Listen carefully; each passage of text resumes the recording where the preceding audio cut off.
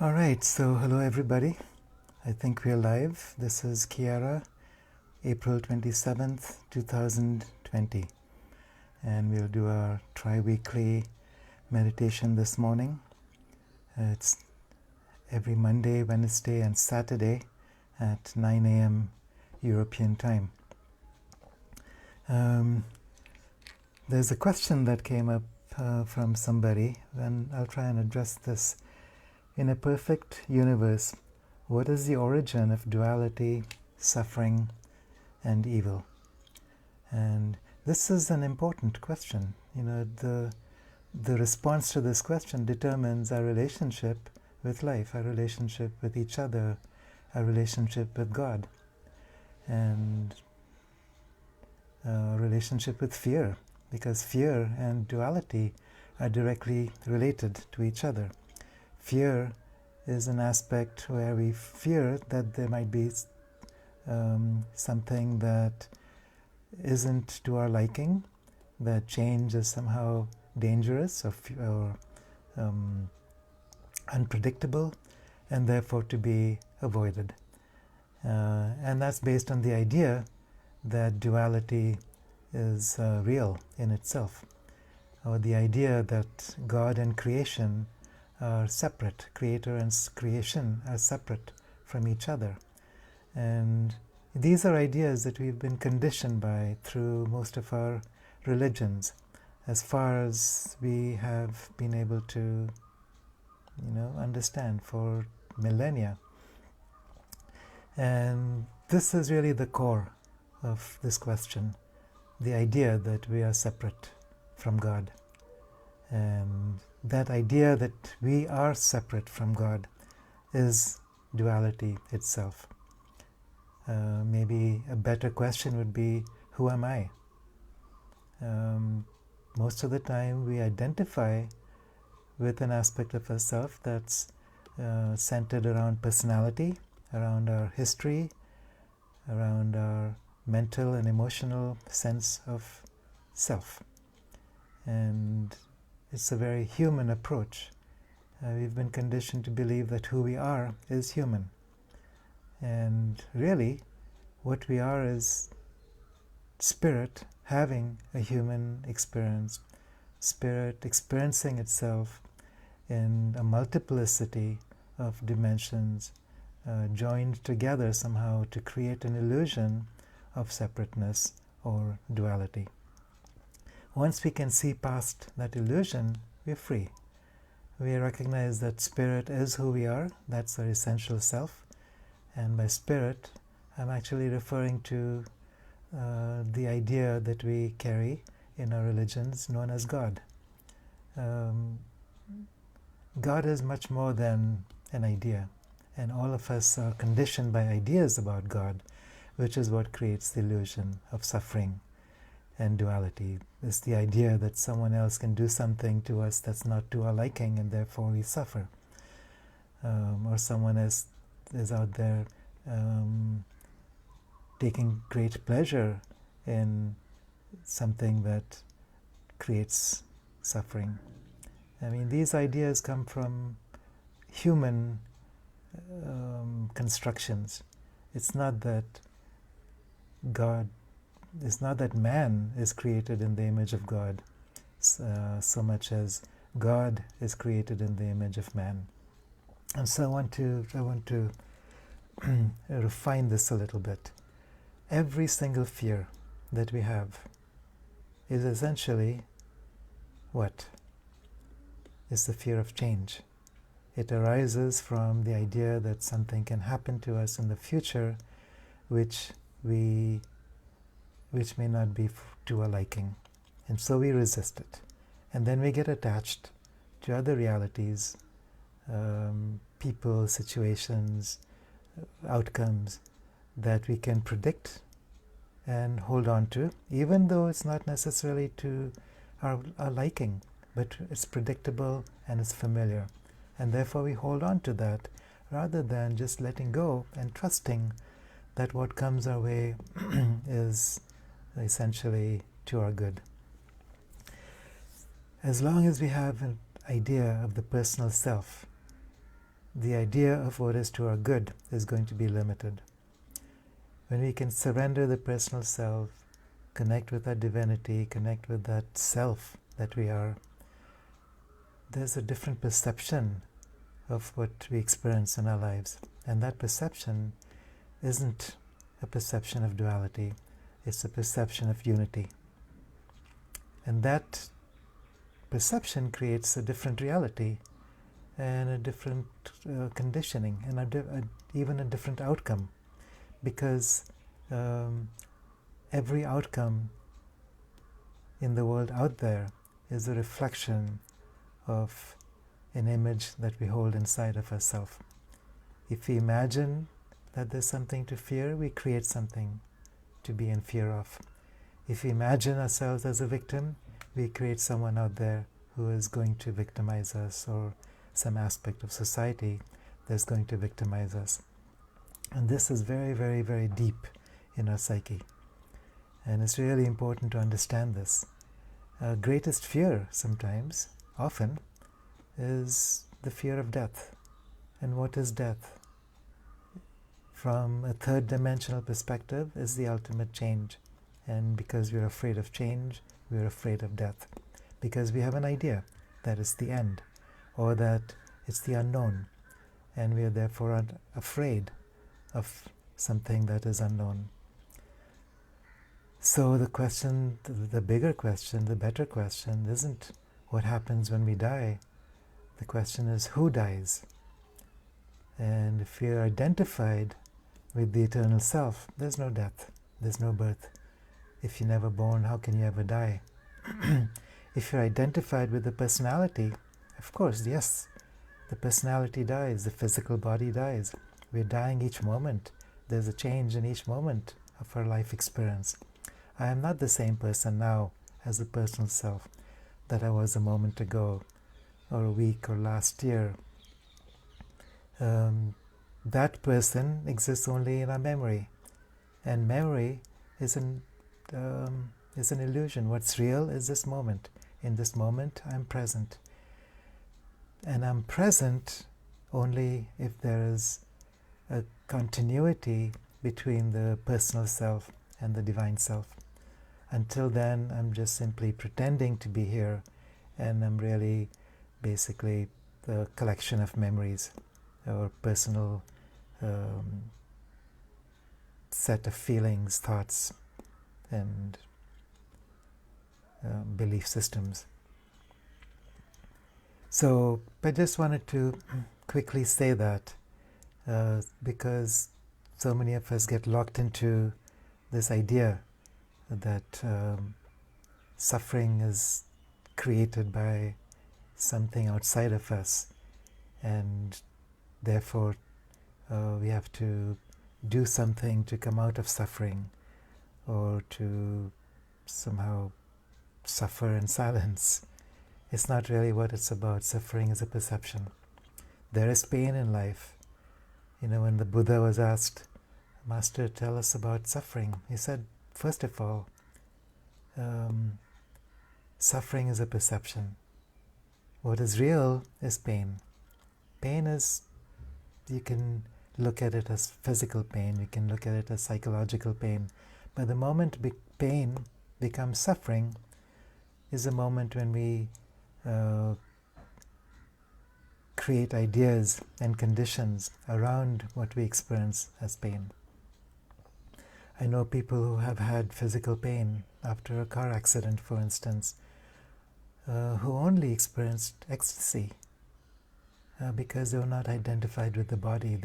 The accident took them into a realm where they could move out from the identification with the physical body and only experience themselves as a soul. And in that space, the idea of suffering vanishes. So let's keep that awareness. And in the meditation that follows, I'd like to take us out into an identification with the self rather than with the personal identity.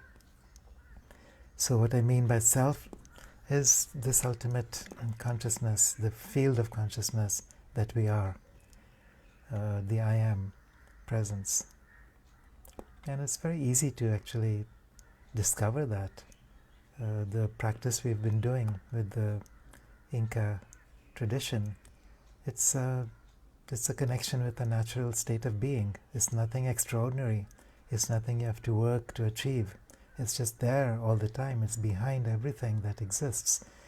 We simply have to shift our perception to move out of what they call the middle world and expand out into the multidimensional self, which includes our awareness of the upper world and the lower world.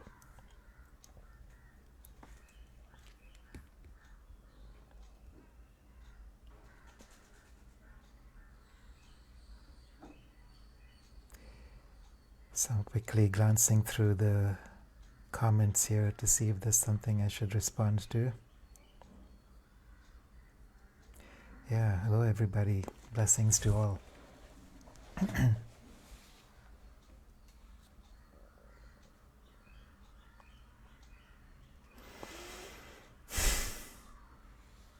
All right.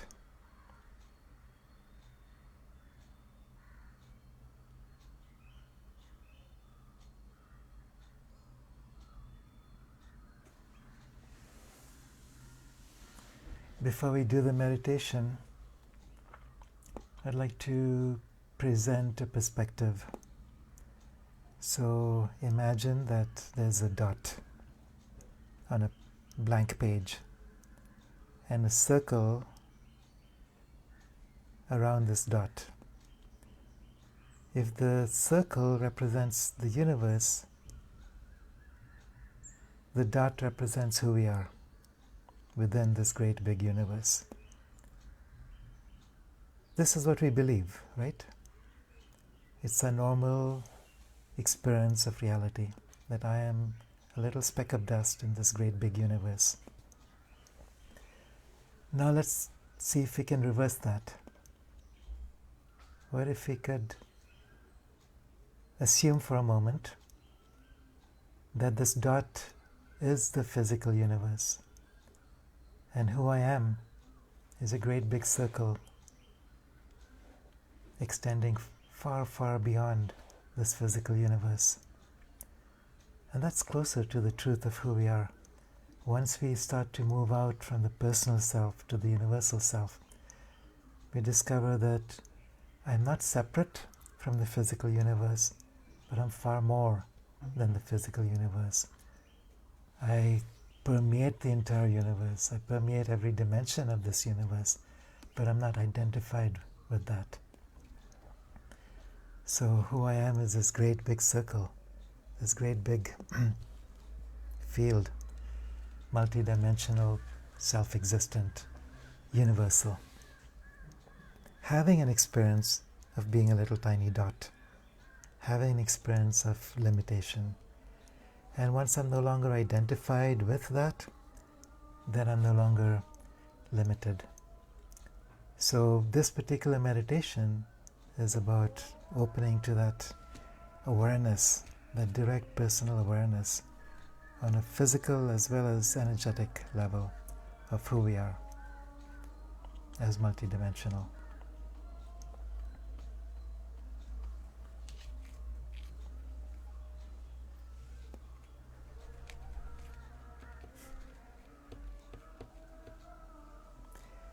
Yeah, the center of the universe being the Divine Mother. Thank you, Elizabeth. Okay.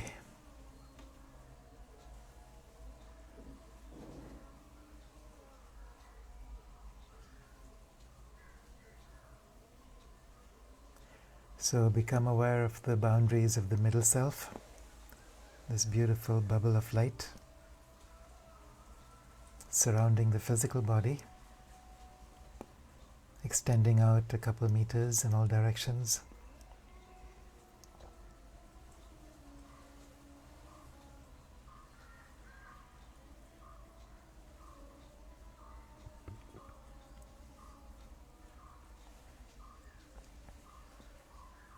Then become aware of a window directly over the top of this bubble.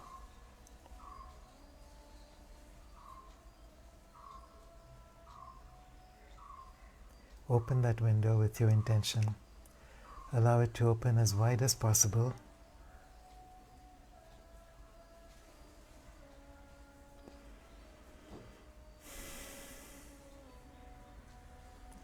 And as you open to the upper world, you experience this force of light that immediately starts pouring in through that open window, through the physical body, through the entire bubble, and down to the earth.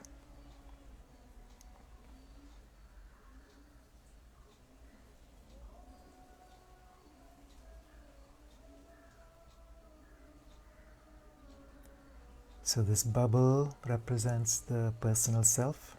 It's the idea that we are separate, the idea that we are limited.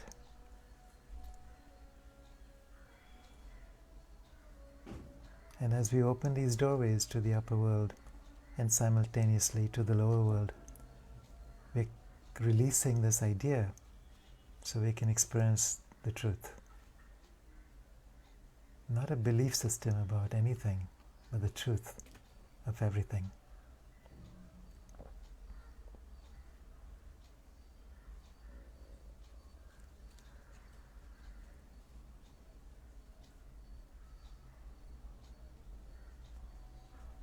So the downward flowing light is electrical. You're experiencing this tingling, vibrating, stimulating force moving through every single cell within your body, also moving through the emotional and mental bodies, permeating our sense of who we are, our mind, our heart, our emotions.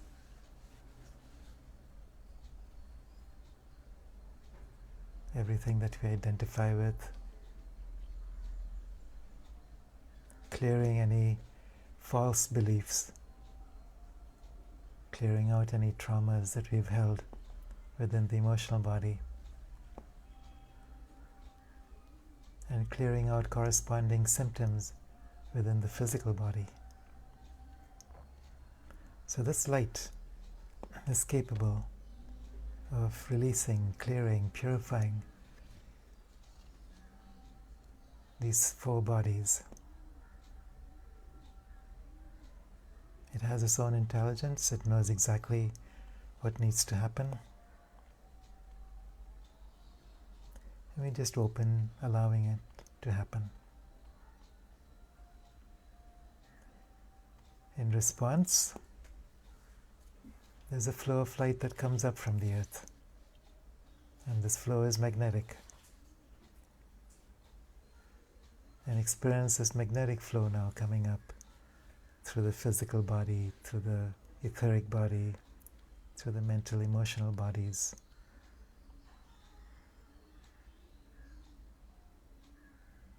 Up through everything that we identify with as the personal self, extending out 2 meters in this bubble of personality surrounding us.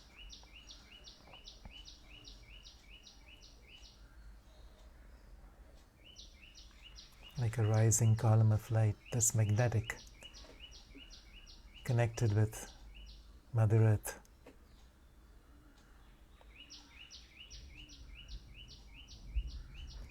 We go deep into the heart of the earth.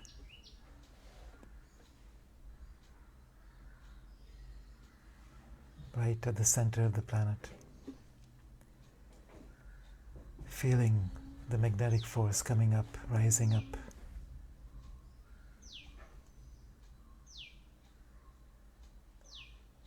From the heart of the Earth Mother, which is linked with the heart of the Sun, the heart of the galaxy, which is linked with the Great Mother, the Great Cosmic Mother. So on this level, we're not talking about separate entities. We're experiencing how we are holographically connected across this vast universe. There is only one spirit of life. even though it seems to be separate. And we could say very simplistically that our experience of matter has to do with the Great Mother, that our experience of spirit has to do with the Great Father, and that they're not separate from each other, it's simply a dance. So the electrical forces and the magnetic forces move together, constantly moving back and forth, interacting, interpenetrating. And so we experience this now, the electrical Sami continuing to move downwards, the magnetic Sami continuing to move upwards.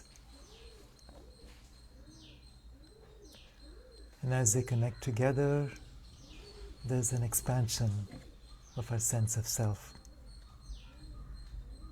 the sense of spaciousness, a sense of presence.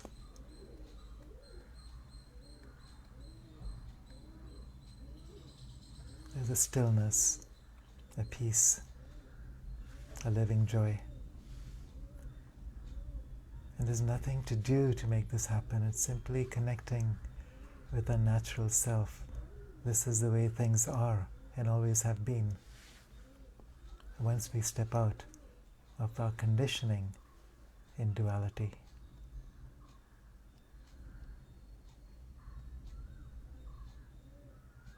So keep that window open above the top of your head. And you don't need another window below your feet simply because of this principle of Aini, reciprocity, where as the electrical energies flow downwards, there's a natural response from the intelligence of the earth. And the response is in the form of this magnetic flow moving upwards.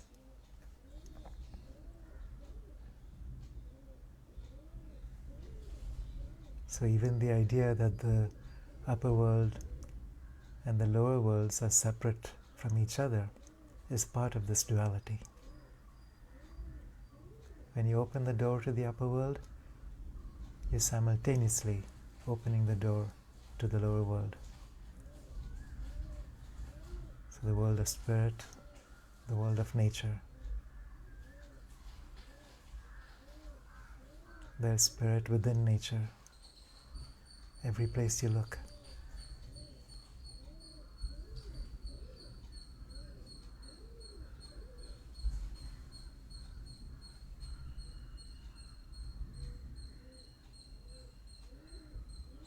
It's only when we look through the eyes of separation that we imagine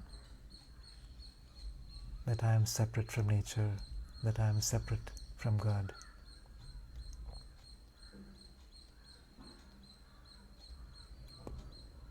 Nature doesn't see it this way, the Great Mother doesn't see it this way.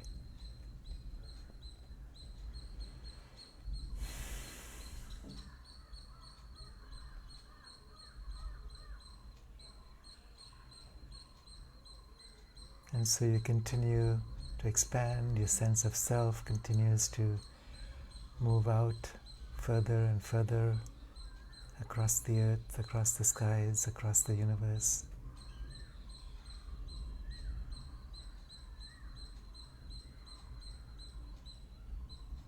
Just keep that window open as wide as you can, and the more you expand, the wider your experience of this window.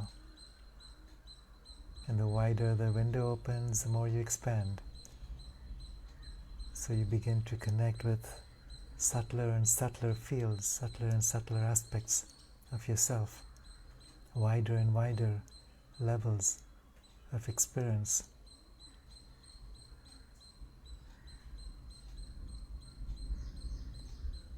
Until eventually you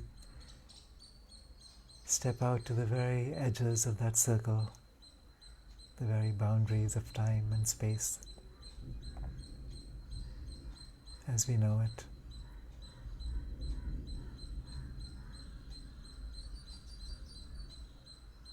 Across the trillions of galaxies that exist in this physical universe.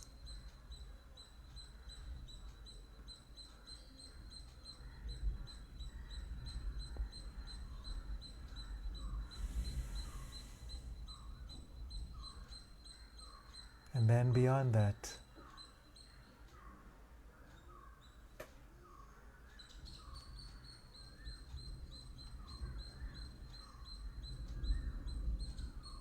and you experience yourself as the self,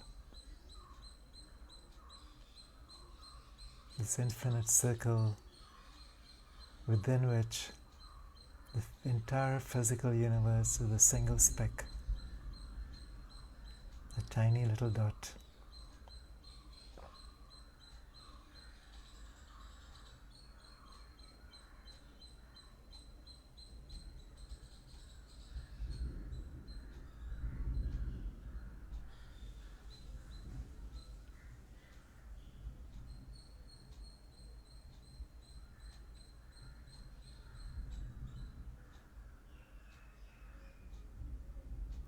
So this is your experience of yourself now, as the infinite self.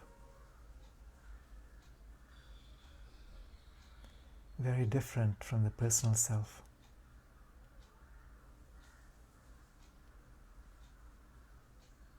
So if the personal self is the speck within the great big circle of the universe, the infinite self is a circle around this tiny speck represented by the physical universe. The entire physical universe is a speck of dust within the universal self.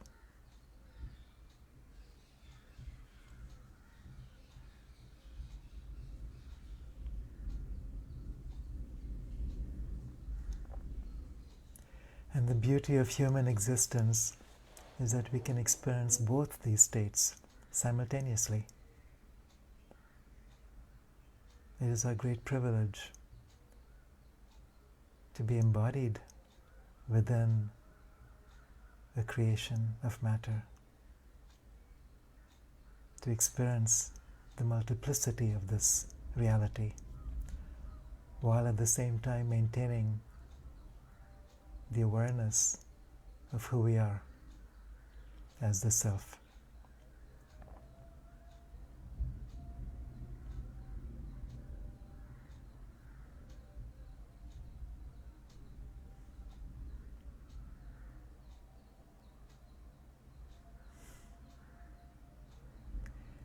And once we learn how to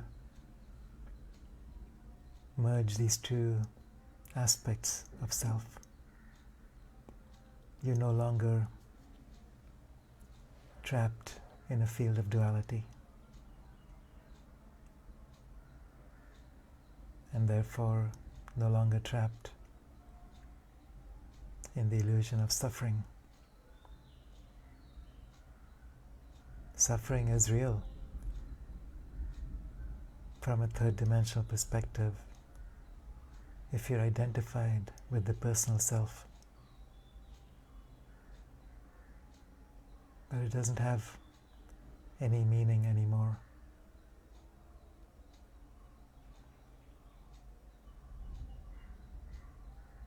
Once you learn how to shift your perspective and be that universal self. Here there's simply constant change, like clouds rolling across the sky, like winds blowing through the trees. You can't trap the wind, you can't hold on to a cloud.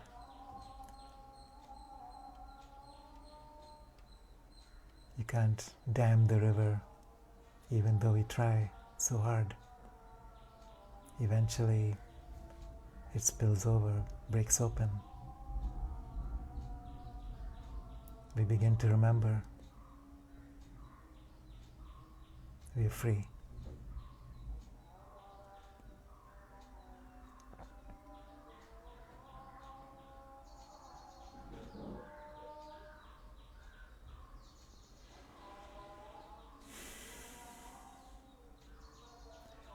So allow yourself to remain in the space of stillness, of expansion, of unity consciousness for as long as you wish.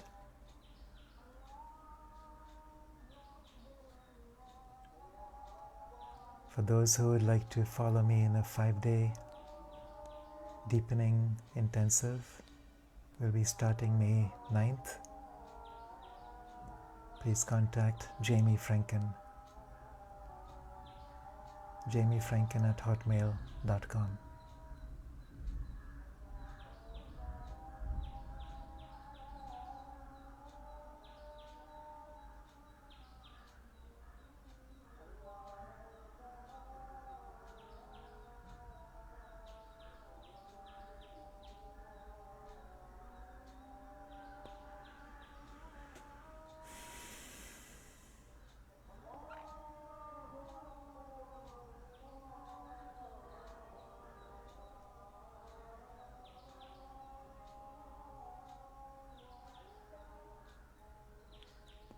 Also, for those who might be interested, this entire sequence of videos that we've been recording as Facebook meditations is also available on my YouTube channel, Kiara Windrider. So blessings, much love to you all.